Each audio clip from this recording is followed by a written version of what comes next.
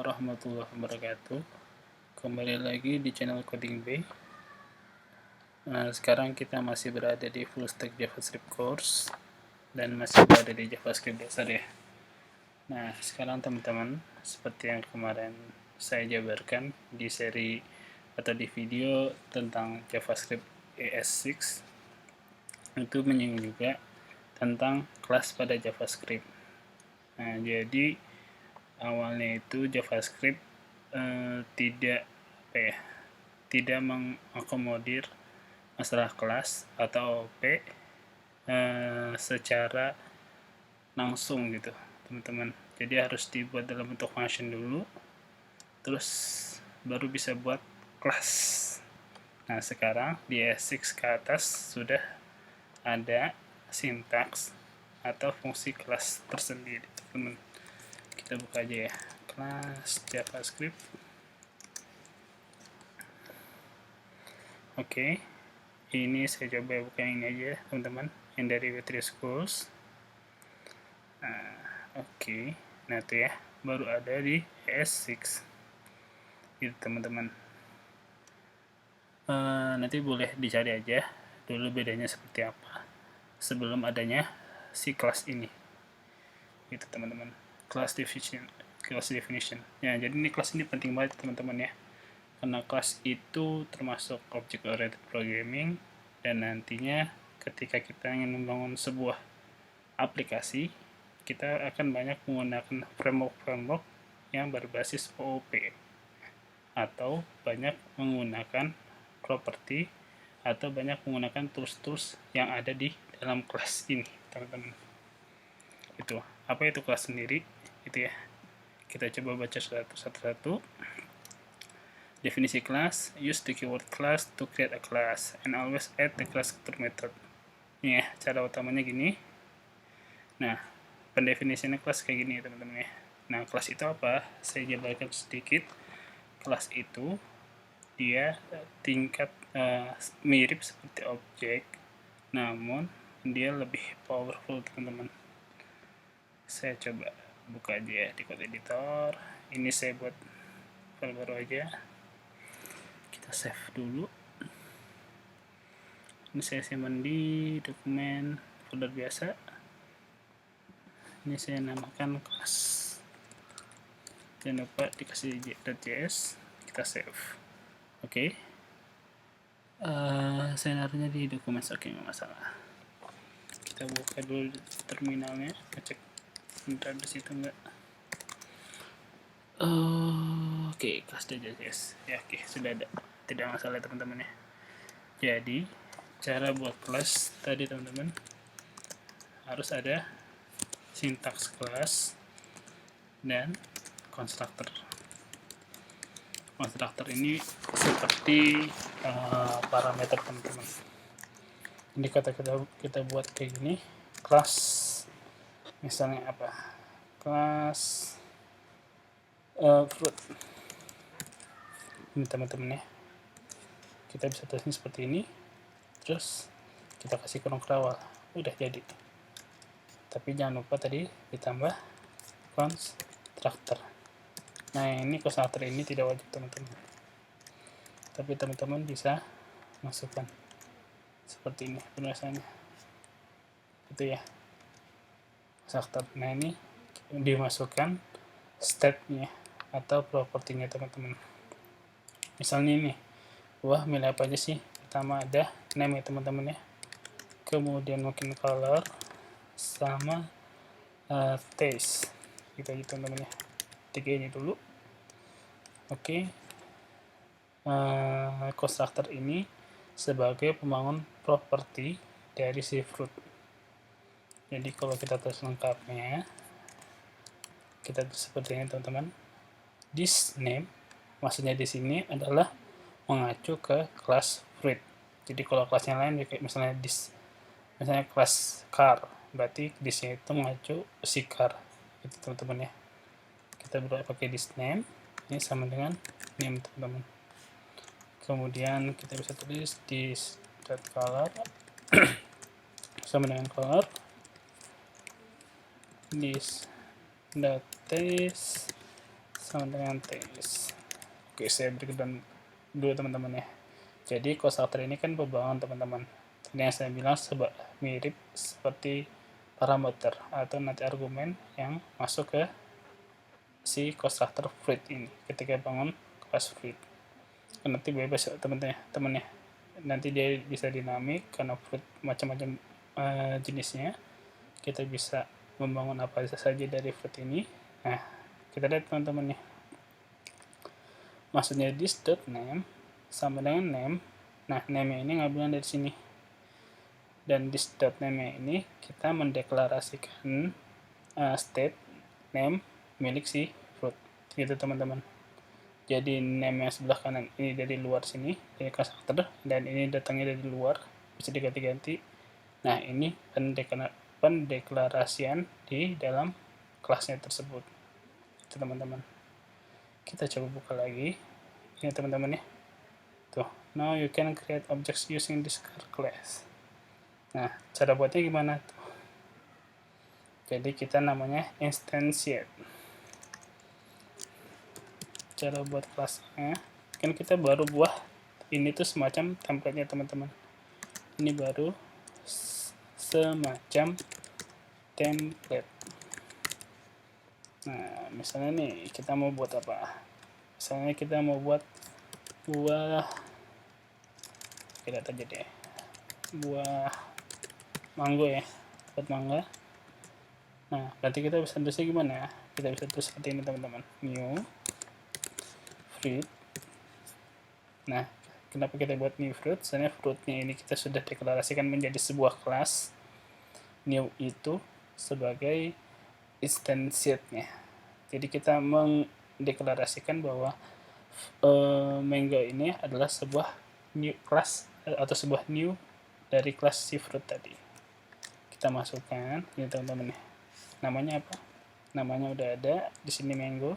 Jangan lupa dikasih string ya teman-teman ya.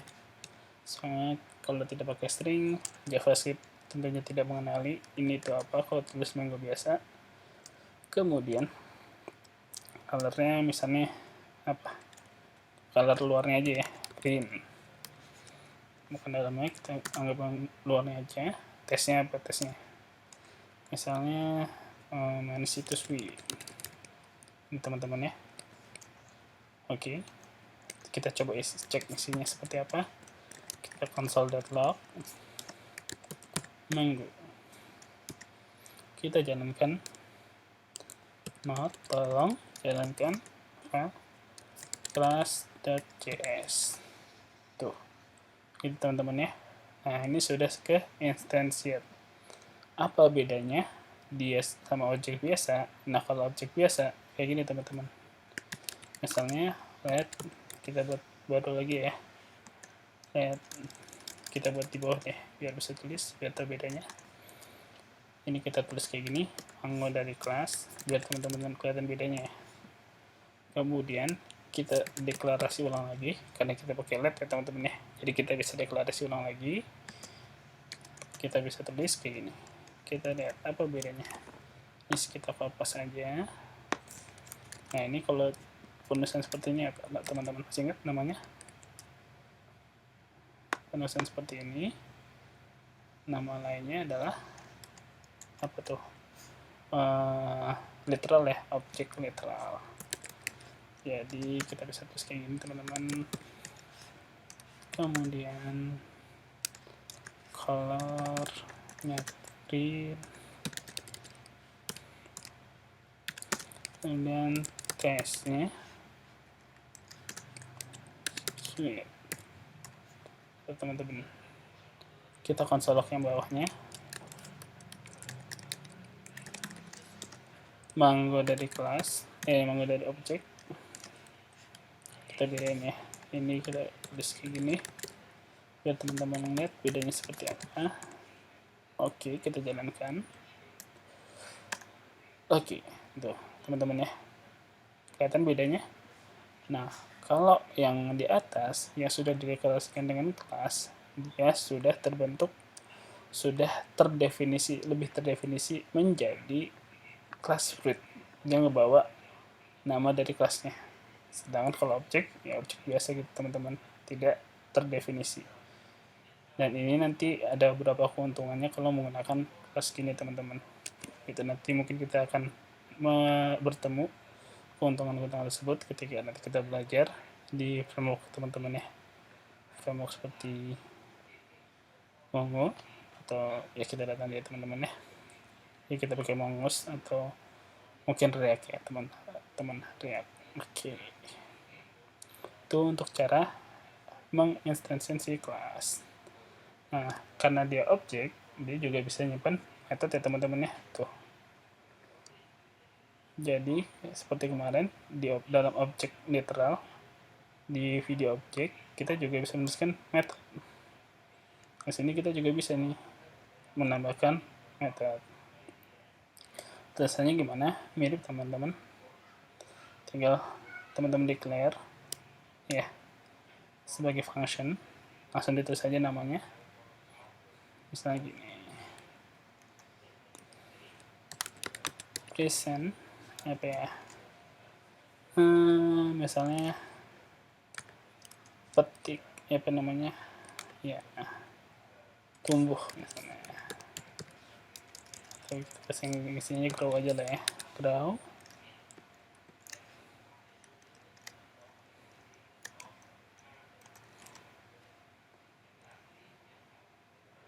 Nah, kita buat ngeceknya, kita buat kayak gini aja, console.log,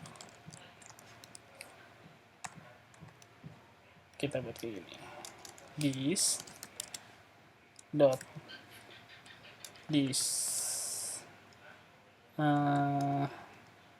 fruit ya, kita mau buat sebuah kalimat gitu teman-teman, this fruit, this name, kita bisa tulis, terus kita tulis lagi is getting bigger, atau teman-teman bisa menulis singkatnya seperti ini teman-teman. Jadi kemarin di ES6 ya, saya lupa tambahkan lagi, ada namanya apa tuh, tanda backtick seperti ini teman-teman. Ini ya, stringnya bisa ditulis seperti ini. Nah, gunanya menulis string seperti ini apa? Jadi teman-teman tidak perlu menulis ulang variabel lagi dipisah kayak tadi teman-teman. Jadi teman-teman bisa tulis dalam satu tanda backtick seperti ini, satu pasang backtick seperti ini ya. Kita tulis seperti tadi, this, kita mau manggil variabel yang di luar, kita pakai $ kurung awal kayak gini, this dot name is getting bigger. Jadi teman-teman langsung tulisannya seperti ini. Nah, kalau kita coba cek, ini kita hapus dulu ya yang Mongo-nya. Oke, kemudian kita console.log aja ini kita hapus. Dengan misalnya kita mau menjalankan method si grow. Jadi ya grow makin besar lah ya gitu, seperti itu teman-teman ya kita anggapannya. Kita buat data dummy, kita clear aja berkaitan, kita jalankan. Tuh, this mango is getting bigger. Gitu teman-teman. Ini kelihatan ya, console.log. Oh, oke. Ini berarti terus saja, sorry. Ini langsung aja ya, mango.grow. Kecuali tadi pakai return, teman-teman. Tuh. Gitu ya teman-teman ya. Jadi ini penulisan template literal namanya. Ini salah satu fitur di ES6, cuman kemarin loh saya sebutkan. Oke. Itu teman-teman untuk metode. Terus ada apa lagi nih yang kita perlu pelajari? Kemudian sudah ada, nah ini teman-teman, ini nanti kita juga kenalan sama metode yang satu lagi, yang ini static. Kita tulis aja lah ya, misalnya kita mau buat method lain, misalnya static apa ya teman-teman ya, misalnya static bahasa harvest ya teman-teman ya, kita manen dari buah tersebut misalnya dalam peternakan ini teman-teman, penulisnya sama cuma ditambah static, terus mungkin kita tambahin console.log aja ya, console.log kita tambah kayak gini, kita memanen buah, terus kita tulis seperti ini ya, kita panggil variabel di luarnya ya, this.name gitu teman-teman. Oke. Nah, apa bedanya method harvest sama fruit? Nah, kalau sama yang biasa, metode biasa, kalau metode biasa dia harus di instansiate dulu, sedangkan untuk static dia bisa langsung dipanggil dari si kelasnya. Gimana contohnya? Jadi kita bisa tulis kayak gini, tinggal fruit.harvest. Teman, kita lanjut lagi. Tadi ada sedikit kendala teknis saja. Jadi kita panggil teman-teman ya. Kita mau melihat bedanya metode biasa yang grow ini sama yang metode static. Jadi kita jalankan teman-teman. Jadi kalau tadi static tidak perlu di instantiate, jadi bisa langsung dari ngambil dari kelasnya. Nama kelasnya apa? Fruit. Panggil nama static metodenya. Terus saja harvest. Ini teman-teman. Harusnya apa? Bunyinya seperti ini ya teman-teman ya. Kita memanen buah seperti itu. Oke, kita jalankan. Oke, tuh. Kita memanen buah fruit. Kita memanggil buah fruitnya, ngambil nama kelasnya ya. Jadi bukan this name. Tapi kita memanen buah aja. Nah, gini teman-teman. Jadi kalau kita bedain sini, biar teman-teman melihat bedanya juga ya. Ini metode biasa. Metode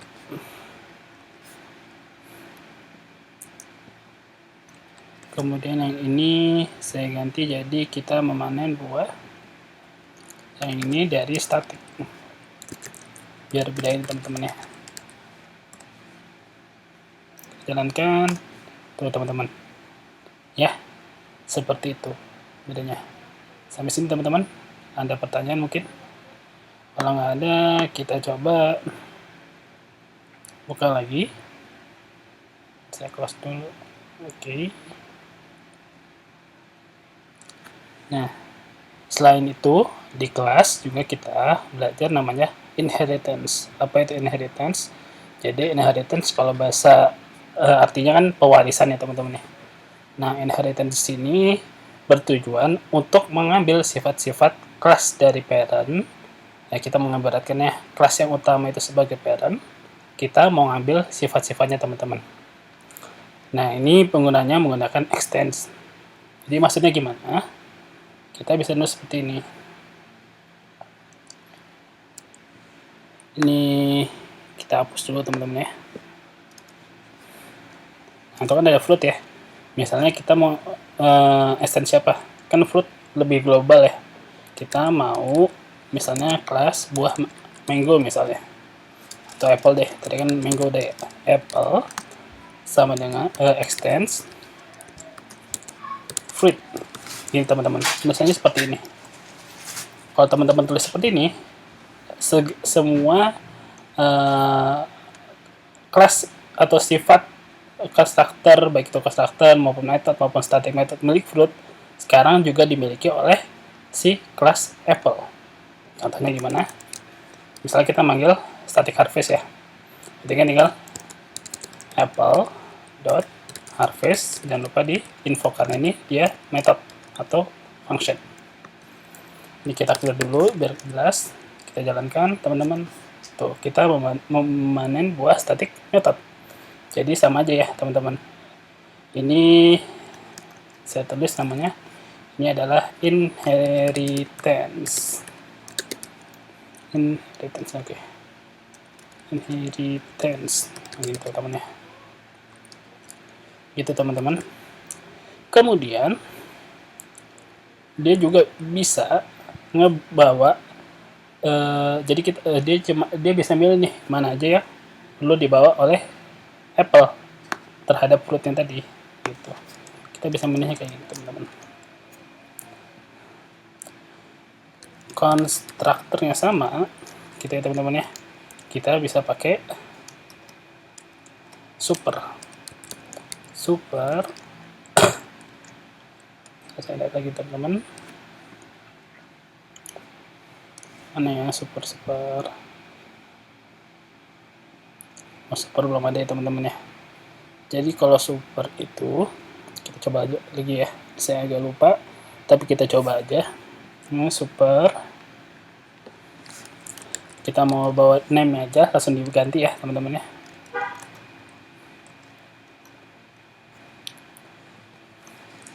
Kita ganti di sini name sama dengan Apple misalnya, langsung kita tulis seperti ini karena dia emang kelasnya Apple ya teman-teman. Jadi kalau kita bisa konsol Apple, kita instansiasi dulu, jangan lupa let Apple sama dengan new Apple, jangan lupa di info. Kalau teman-teman tulis teman-teman ya, di ref this or return di oke. Jadi kita masukin juga name-nya apa gitu teman-teman. Ini must call seperti in the ref. Oke. Jadi kita tuliskan lengkap dulu.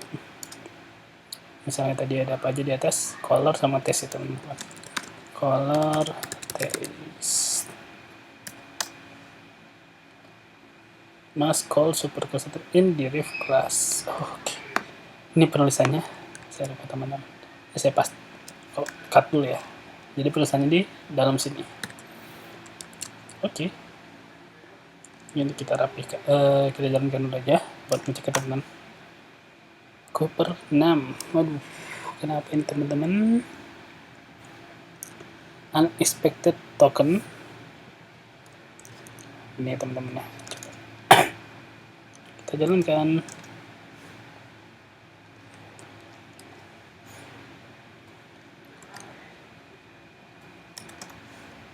Unexpected token apa ini ya teman-teman ya. Oke, jadi itu super ya, itu nanti belakangan sih. Jadi dia bisa ngebawa, kita bawa gitu aja ya, super kelas. Jadi kalau teman-teman lupa atau ya lupa sintaksnya atau lupa workflow-nya, kita bisa langsung googling aja teman-teman. Jadi di Google banyak resource yang bisa kita manfaatkan. Ini kebanyakan programmer itu sebenarnya juga tidak hafal sintaksnya. Jadi mereka kadang bisa lupa, bisa kita teman-teman. Sorry, super kelas JavaScript.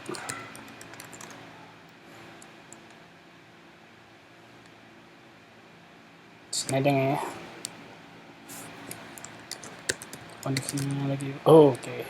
Jadi teman-teman tulisnya super brand. Oke ya. Jangan lupa tulis dulu name-nya. Yang mau kita super name-nya gitu misalnya. Oke, super brand. Oke. Yang mau kita super name-nya. Misalnya super color ya teman-teman ya. Jadi super itu dia ngebawa udah fixin namanya itu nggak bisa dirubah teman-teman dari kelas parentnya. Jadi ini kalau bisa kita tulis name apa, kita jalankan. Oke. Tadi nggak pakai ini ya teman-teman ya. Ini mana lagi? Ini ya. Ini tetap ada pasti kita jalankan.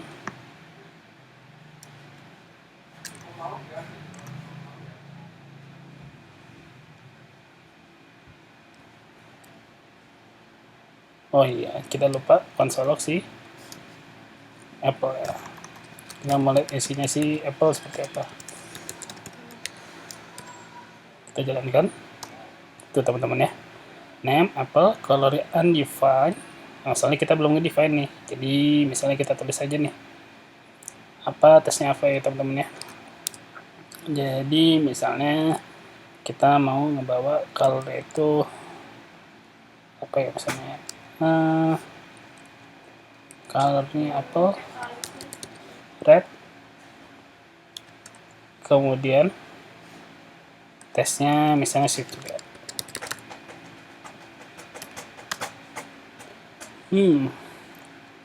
Apa ini teman-temannya? Oke. Kita coba baca lagi teman-teman ya. Inheritance seperti ini teman-teman. Itu untuk super. Oh, nanti silakan teman-teman baca lagi ya. Saya agak lupa untuk super, tapi super jarang dipakai teman-teman. Nah, sejauh jelaskan aja. Super method refers to the parent class. Ya, jadi dia yang ambil aslinya dari si parentnya, jadi nggak bisa diubah-ubah lagi. By calling the super method in the cluster method, we call the parents constructor method and get access to the parents properties and methods. Gitu teman-teman. Walaupun tadi tanpa menulis kayak gini, kita mau nulis langsung aja gini teman-teman ya, tanpa super, ini juga bisa. Jadi nanti kalau kita udah misalnya mau samain plug gitu ya, apple sama fruit, nah kita tinggal tulis kayak gini. Misalnya new apple, name-nya sini kita tulis apple. Kita tulis kayak gini. Nah ini teman-teman hasilnya. Oke. Jadi dia udah kebawa inheritance dari si class fruit. Kemudian ini misalnya kita console log apple dot apa nih grow, dia juga langsung ngebawa nih teman-teman. Ini nggak perlu console log karena kita sudah di metodenya tulis console log teman-teman ya. Apple.grow. Nah, kita jalankan, kita clear aja gitu teman-teman. Itu ya. Jadi untuk super, maaf banget saya agak sedikit lupa, tidak bisa mencontohkan ke teman-teman, tapi super itu tadi gunanya adalah untuk mengambil properti yang lebih tepat kayak gitu teman-teman. Oke, itu aja untuk kelas kali ini. Terima kasih. Itu yang kita butuhkan untuk bagian kelas ya. Makasih. Kalau ada pertanyaan boleh langsung di kolom komentar. Assalamualaikum warahmatullahi wabarakatuh.